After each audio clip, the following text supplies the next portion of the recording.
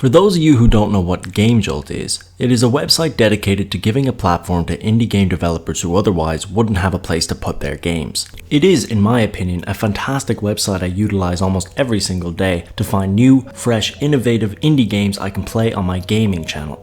Shameless plug, link in the description. Anywho, it's not that surprising that certain games have gone on to reach mass popularity, with YouTube gaming juggernauts like Jacksepticeye, PewDiePie and Markiplier playing them consistently. However, a lot of people still don't know about these games, and for that reason I decided to compile a list of my personal favorites. In order to be applicable for this list, the game has to be finished, meaning it can't be in a beta stage or just given as a demo. Also, I haven't played every GameJolt game obviously, so this will basically just be from personal experience, popularity and ratings. And of course, I will leave a link in the description to all of these games, and bear in mind they're all free, so don't be afraid to check them out. Number 10 is The Very Organized Thief. Kicking off our list is a GameJolt classic. While most of the games on this list are going to have a detailed story, an intricate plot, this game is just purely fun. You play as a thief who, as the title suggests, has to be very organized in order to achieve his goal. You are given different items to steal every single time you play it, which makes the game pretty unpredictable. While the graphics are simplistic and the concept is even more so, the game is very enjoyable and has a lot of replay value. If you're looking for a light-hearted indie game to play, I highly recommend this one. Number 9 is Delete, a game that was only recently added to GameJolt. Delete is a very ambitious indie game that features our main character Zay waking up and trying to recollect his memories. It has about 90 minutes of gameplay, which is pretty surprising for a GameJolt game, and features a really nice story with 4 different endings, with some fantastic artwork and music to make the game's atmosphere really nice. Number 8 is I'm Scared, a pixelated nightmare. This horror game is another classic on GameJolt that features a couple of creepy characteristics.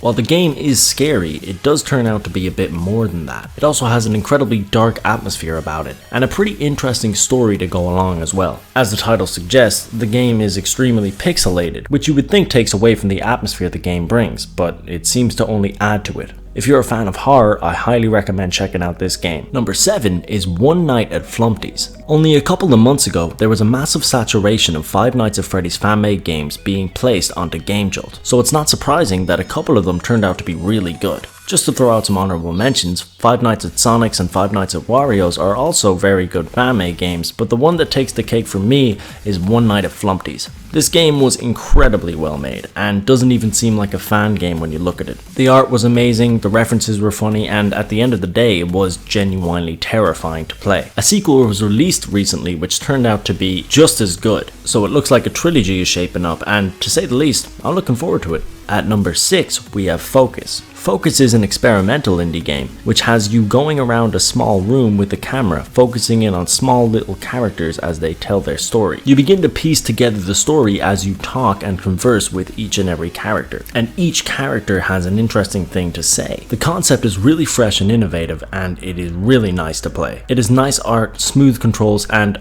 I highly recommend it. Number 5 is The Static Speaks My Name. Once you play this game, it is likely it will stay in the back of your mind for a long time to come. This is because of how dark and unique this game is. You will not see another game like this, and it is an experience to play. You play as a nameless character who is obsessed with a painting and is evidently depressed. The game brings to light very sensitive subjects like suicide and depression. This game is more of an experience, and while I do recommend it, I also highly recommend you proceed with caution, as it is one of the darkest games I have ever played. Number 4 is Dungeon Nightmares. Dungeon Nightmares is easily one of the most well done horror games I've ever had the pleasure of playing. It has nice graphics, smooth controls, and is really scary. Not only that, but it's quite a long game and actually has a story behind it, as you play as a character who goes through abandoned tunnels for 7 days. As the game progresses, you begin to piece together a story, and it actually turns out to be pretty good. If you're a fan of horror and you haven't played this game, I don't know what to tell you, man, you're missing out.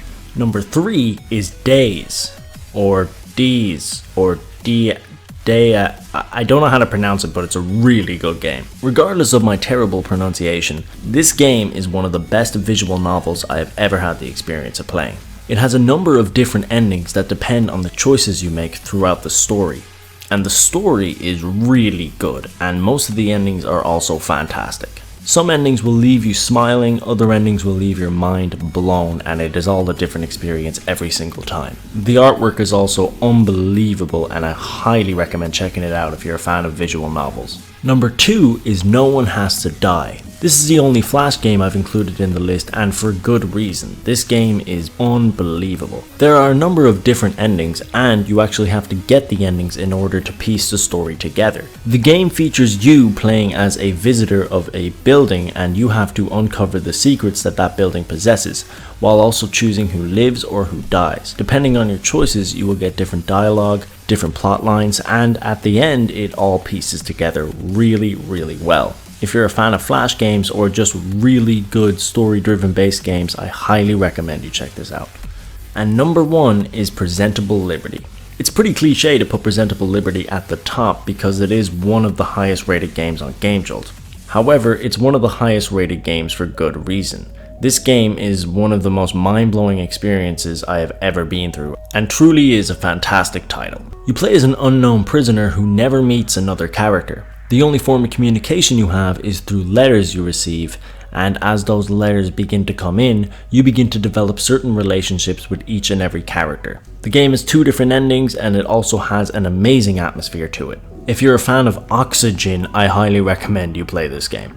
And that's it for this top 10. I hope you enjoyed it. You can subscribe for new top 10s every week.